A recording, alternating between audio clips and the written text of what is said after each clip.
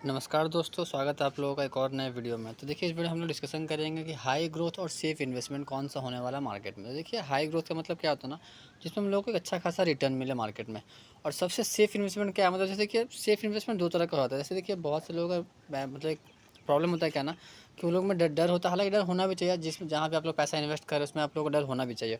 तो सेफ का मतलब क्या है, देखिए एक सेफ हो गया जिसमें हम लोग का पैसा कहीं भी डूब ना जाए, भाग ना जाए, या फिर कहीं भी कोई और लेके चला ना जाए, फिर कंपनी कहीं बंद ना हो जाए, इस तरह का हो गया। और दूसरा सेफ क्या हो गया हमारे लिए, कि हमने जो भी इन्वेस्ट किया है उससे एटलीस्ट कम ना हो मार्केट में। तो दो तरह का कैटेगरी होता है। तो देखिए, म्यूचुअल फंड में क्या होता है, सेबी है एक अच्छा रेगुलेटेड फंड, सेबी हम लोग का गवर्नमेंट है। तो यहाँ पे देखिए गवर्नमेंट इन्वॉल्व है ऑलरेडी म्यूचुअल फंड में। तो यहाँ पे आप लोगों का पैसा डूबने का और भागने का कोई चांस नहीं है, मतलब ना के बराबर ही चांस है, नहीं है बिल्कुल भी। क्योंकि देखिए बहुत से लोग इन्वेस्ट करते हैं, मैं खुद इन्वेस्ट करता हूँ, गवर्नमेंट भी है उधर में, सेबी रेगुलेटेड है। तो कोई भी प्रॉब्लम ऐसा नहीं आने वाला है। लेकिन सेकेंड प्रॉब्लम जो हमारा, जो मैंने इन्वेस्ट किया हुआ है वो अगर उसमें थोड़ा सा भी कमी ना आए, तो देखिए ऐसा होना पॉसिबल नहीं, क्योंकि इसका कोई गारंटी नहीं ले सकते। इसलिए मैं बोलते हैं ना कि mutual fund is subject to market risk, read all documents carefully. तो जो भी हो, देखिए इंपॉर्टेंट क्या है, अगर आप लोग को इन्वेस्टमेंट करना है तो आप लोग को पार्ट वाइज इन्वेस्टमेंट कर सकते हैं। पार्ट वाइज का मतलब क्या होगा, देखिए जो बिल्कुल मतलब एकदम रिस्क नहीं लेना चाहते हैं, आप लोग बिल्कुल रिस्क नहीं लेना चाहते, तो फिर मैं प्रेफर करूँगा आप लोग एफडी के साइड में जा सकते हैं। वहाँ पे आप लोग का पैसा बिल्कुल सेफ है, सिक्योर है। म्यूचुअल फंड में सेफ है, सिक्योर है, लेकिन जिस तरह से मैंने आप लोग को बताया कि आप लोग का जो भी इन्वेस्टमेंट अमाउंट है वो कम नहीं होना चाहिए, नहीं होना चाहिए। इस तरह से अगर आप लोग सोचते हैं तो फिर आप लोग डेफिनेटली एफडी में अपना पैसा इन्वेस्ट कर सकते हैं। सेकंड क्या हो गया, अगर आप लोग सोचते हैं कि चलो हम थोड़ा सा रिस्क ले सकते हैं, लेकिन स्टिल कोई पैसा लेके मेरा भाग ना जाए, कोई कंपनी डूब ना जाए, कुछ भी ना हो जाए, तो इसलिए अगर इस तरह का आप लोग माइंड सेट है तो फिर आप लोग डेफिनेटली म्यूचुअल फंड में अपना पैसा पार्क करके यहाँ पे इन्वेस्टमेंट प्लानिंग कर सकते हैं। अब इसमें देखिए तीन कैटेगरी फ्रेंड्स, एक लिक्विड फंड हो गया, एक हो गया हमारा डेप्ट, मतलब शॉर्ट टर्म डेप्ट फंड, डेप्ट कैटेगरी का फंड हो गया, और एक हमारा इक्विटी हो गया। लिक्विड फंड मतलब उसमें आप लोग जस्ट वो सेविंग्स अकाउंट का जैसा ही होता है, उसमें आप लोग पैसा डाल सकते हैं, विड्रॉ कर सकते, कोई इशू नहीं है।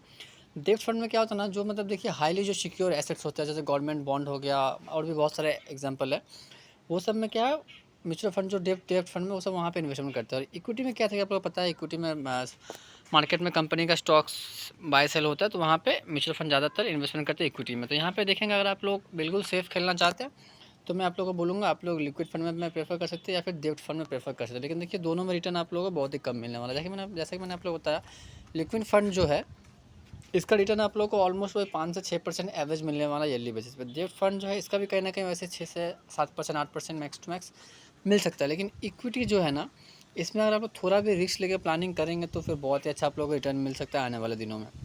क्यों, देखिए यहाँ पे देखिए हम लोगों ने कुछ एग्जांपल लेकर रखा हुआ है। यहाँ पे देखिए HDFC स्मॉल कैप फंड जो है, यहाँ पे देखेंगे तो देखिए 90% पर ईयर का इसने रिटर्न जनरेट करके दिया हुआ है। आदित्य बिरला सन लाइफ 29% रिटर्न जनरेट किया है। Quant small cap 20% return generate करके दिया हुआ है। मोतीलाल ओसवाल है, SBI है, HDFC, बहुत सारे आप लोगों को फंड यहाँ पे देखने के लिए मिल जाएंगे। और ये सभी जो फंड मैंने यहाँ पे सिलेक्ट करके रखा हुआ है, ये सभी इक्विटी कैटेगरी का फंड है। तो इसमें देखिए थोड़ा सा आप लोगों को रिस्क ज़्यादा मिलेगा। इसमें आपका ऐसा रिस्क नहीं है कि पैसा आपका डूब जाएगा या फिर कोई लेके भाग जाएगा, इससे आपका मतलब इस तरह का कोई भी इसमें रिस्क नहीं है। इसमें रिस्क क्या है, मार्केट में थोड़ा हलचल होता है, मार्केट ऊपर जाता है तो आपका जो इन्वेस्टमेंट अमाउंट है वो भी ऊपर जाएगा, और मार्केट जब नीचे आएगा तो आपका जो इन्वेस्टमेंट अमाउंट है वो भी थोड़ा सा नीचे आ जाएगा। इस तरह का आप लोगों को रिस्क इसमें मिलेगा। लेकिन आप सोचेंगे कि जैसे कि आपका पैसा कोई लेके फ्रॉड स्कीम में उसमें लेके भला मतलब भाग गया, जैसा मार्केट में बहुत सारा अभी आप लोग एग्जांपल देखने के लिए मिल रहा होगा अपने आसपास में, तो वैसा यहाँ पे नहीं होने वाला। आपका पैसा बिल्कुल यहाँ पे सेफ़ है, म्यूचुअल फंड के अंदर में है, सेफ़ है, गवर्नमेंट रेगुलेटेड है, बिल्कुल सेफ़ जगह पे। हाँ, लेकिन आपका जो भी इन्वेस्ट किया है मार्केट में वो थोड़ा सा आपको यहाँ पे अप डाउन डेली बेसिस पे देखने के लिए मिल सकता है, क्योंकि यहाँ पे पैसा डेली बेसिस पे मार्केट में इन्वेस्ट होता है। कंपनी का स्टॉक बढ़ता है तो आपका इन्वेस्टमेंट अमाउंट भी बढ़ेगा, और कंपनी का जब स्टॉक घटेगा तो फिर आपका वहाँ पर सिंपल सा इन्वेस्टेड अमाउंट भी घट जाता है। बस यही फ़र्क है और कुछ नहीं। इसके अलावा जैसे कि मैंने आप लोगों को बताया कि अगर आप लोग का बिल्कुल भी ये सब झमेला में नहीं पड़ा तो फिर डेफिनेटली आप लोग यहाँ पे एफडी प्रेफर कर सकते हैं। लेकिन जो लोग थोड़ा सा अगर रिस्क लेके इन्वेस्टमेंट प्लानिंग करेंगे, या फिर जिनके पास समय ज़्यादा है, समय ज़्यादा है मतलब कि अगर आपके पास मान लीजिए मार्केट में 5 से 10 साल का टाइम पीरियड है आपके पास, तो सिंपल सा मैं आप लोगों को सजेस्ट करूँगा, आप लोग मल्टी कैप में जा सकते हैं, या फिर फ्लेक्सी कैप में इन्वेस्ट प्लानिंग कर सकते हैं, या फिर लार्ज कैप में प्लानिंग कर सकते हैं। लेकिन अगर आप लोग के पास मान लीजिए टाइम हॉरिजॉन्टल 10 से 15 साल है, आप लोग आराम से 1000 2000 पर मंथ जो भी SIP करेंगे वो पैसा आराम से आप लोग मार्केट में 10 15 साल के लिए डाल के छोड़ देंगे, तो डेफिनेटली आप लोगों को मैं सजेशन करूँगा कि आप लोग यहाँ पे कहीं ना कहीं स्मॉल कैप में इन्वेस्टमेंट का प्लानिंग करें तो बेटर रहेगा। अब इसमें बात आता है, देखिए कौन सा स्मॉल कैप में इन्वेस्टमेंट करना चाहिए। तो स्मॉल कैप में भी देखिए बहुत सारे फंड आप लोगों को मिल जाएंगे, लेकिन हम लोग करना क्या है, जो टॉप है, जैसा कि जो लोग स्टॉक्स में इन्वेस्टेड करते हैं तो वहाँ पे जो सेक्टर लीडर है उसमें इन्वेस्टमेंट करना चाहिए। सेम कैटेगरी यहाँ पे है, अगर आप लोग स्मॉल कैप में करते हैं तो जिसका AUM सबसे ज़्यादा है उसमें इन्वेस्टमेंट करेंगे तो कहीं ना कहीं मेरे हिसाब से बेटर होगा। अदरवाइज़ आप लोग का मर्जी, पैसा आप लोग का, आप लोग कहीं भी इन्वेस्ट कीजिए। मैं वीडियो ये बस आप लोग के लिए एजुकेशन पर्पज़ के लिए बना रहा हूँ। और देखेंगे कि AUM किसका ज़्यादा है तो आप लोग चेक कर सकते हैं। जो Nippon India small cap fund है इसका भी AUM बहुत ही ज़्यादा है। उसके बाद हमारा SBI आता है, उसके बाद हमारा HDFC आता है। और यहाँ पे देखिए आप लोग को कहीं ना कहीं सभी फंड्स आप लोग के यहाँ पे देखने के लिए मिल जाएंगे। और सिंपल सा मार्केट में क्या होता है ना, स्मॉल कैप में ही फ्रेंड्स यहाँ पे सबसे ज़्यादा हम लोग को रिटर्न जनरेट करके देता है स्मॉल कैप कैटेगरी। क्योंकि देखिए इसमें ऑलरेडी मार्केट में 58 से करीब स्मॉल कैप कंपनीज़ है यहाँ पे ऑलरेडी। देखिए जो ऑलरेडी लार्ज कैप बन चुका है वो तो अब उससे ज़्यादा बनेगा बड़ा। जैसे देखेंगे अगर आप लोग सिर्फ 100 रुपये से प्लान करते हैं तो 100 से 200 होने में ज़्यादा टाइम लगता है, लेकिन जब वो अमाउंट बड़ा होने लगता है तो उसको डबल ट्रिपल होने में बहुत ज़्यादा टाइम लगता है। सेम अगर कोई कंपनी ऑलरेडी बड़ा हो चुका है तो उसको अब देखिए बढ़ने के चांसेस तो है, डेफिनेटली कंपनी बढ़ेगा, लेकिन उस लेवल पे नहीं ग्रोथ कर पाएगा जैसा कि वो प्रीवियस ग्रोथ किया था। सेम इसी तरह से क्या होता है, स्मॉल कैप में इन्वेस्ट करने से हमको ज़्यादा रिटर्न क्यों मिलता है, क्योंकि जो भी म्यूचुअल फंड के मैनेजर है वहाँ पे वो सभी पैसा अपने स्मॉल कैप में डालते हैं। और स्मॉल कैप जल्दी ग्रोथ करता है क्योंकि कंपनी का साइज़ छोटा है, उनके पास ऑप्शन है इधर उधर करने का, मल्टी करने का।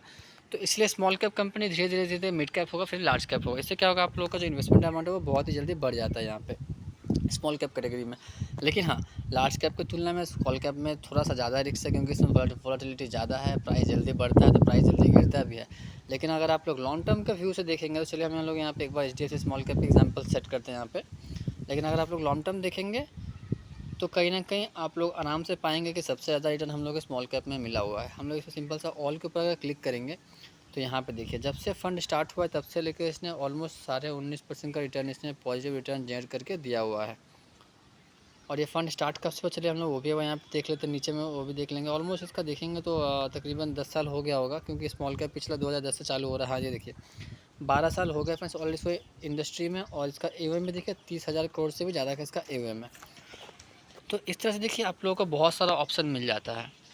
लेकिन आप लोगों को ख्याल क्या करना है कि आप लोगों को खुद से क्वेश्चन करना है कि मैं कितने दिन का मार्केट में इन्वेस्टमेंट के लिए प्लानिंग कर रहा हूँ। अगर सिंपल से आप लोग का इन्वेस्टमेंट प्लानिंग 5 से 10 साल का, तो मैं बोलूँगा आप लोगों को मल्टी कैप लार्ज कैप में आप लोग प्लानिंग कर सकते हैं। लेकिन अगर 10 साल से ज़्यादा का है तो फिर आप लोग स्मॉल कैप हो गया, मिड कैप में भी प्लानिंग कर सकते हैं। और हमेशा कोशिश कीजिएगा फ्रेंड्स पोर्टफोलियो को थोड़ा सा डाइवर्सिफिकेशन करने का। डाइवर्सिफिकेशन मतलब क्या होता है, स्मॉल कैप में सारा पैसा स्मॉल कैप में डालना है, ठीक है डाल सकते हैं, कोई इशू नहीं है। अगर आपके पास टाइम ज़्यादा तो आप लोग डाल सकते हैं, लेकिन कोशिश कीजिएगा कुछ पैसा अपना स्मॉल कैप में जाए, कुछ लार्ज कैप में जाए, कुछ मल्टी कैप में जाए। और एक ही फंड में सारा पैसा नहीं डाल देना। सपोज़ मान लीजिए अगर आप लोगों को 5,000 यहाँ पे इन्वेस्टमेंट प्लानिंग करना है तो आप लोग सारा पैसा ये HDFC में नहीं डालना। आप लोगों को हज़ार हज़ार करके आप लोग 5 फंड यहाँ पे ले लीजिएगा। फंड का कैसे सिलेक्शन करना है मैंने आप लोग बताया ऑलरेडी। जिसका AUM सबसे ज़्यादा है आप लोग उसमें प्लानिंग कर सकते हैं। इस हिसाब से करेंगे तो ज़्यादा बेटर होगा। क्योंकि देखिए 5,000 करना है तो पूरा मैं 5,000 एक ही फंड में डाल दूँगा तो वो मेरे ख्याल से सही नहीं है।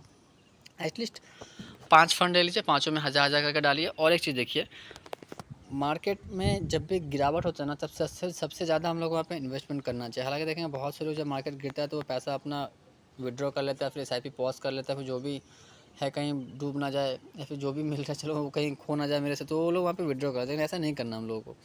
जब भी मार्केट गिरता है वो सबसे बेस्ट अपॉर्चुनिटी होता है वहाँ पे पैसा ज़्यादा कमाने के लिए। वो लेवल पे हम लोग अगर बाय करेंगे तो हमारा बहुत ही एवरेज हो जाएगा वहाँ पे। और देखिए मैं इसके ऊपर आप लोगों के लिए एक अलग से वीडियो बनाऊंगा कि कौन से लेवल पे हम लोग को इन्वेस्टमेंट प्लानिंग करना चाहिए, मार्केट में किस तरह के इन्वेस्टर्स होते हैं। मेरे हिसाब से मैं इसके ऊपर एक से अलग से वीडियो बनाऊंगा आप लोगों के लिए। और इस वीडियो में अगर आप लोग को फ्रेंड्स कुछ भी क्वायरी हो तो आप लोग डेफिनेटली कमेंट करके बताइएगा। और कोई भी फ़ंड के बारे में अगर आप लोगों को जानकारी चाहिए तो भी कमेंट कीजिएगा। और वीडियो आप लोग को पसंद आया तो डेफिनेटली लाइक कीजिएगा और चैनल आप लोग डेफिनेटली सब्सक्राइब कर लीजिए और शेयर कीजिए फ्रेंड्स वीडियो को। और फिलहाल बस इतना ही। Thank you.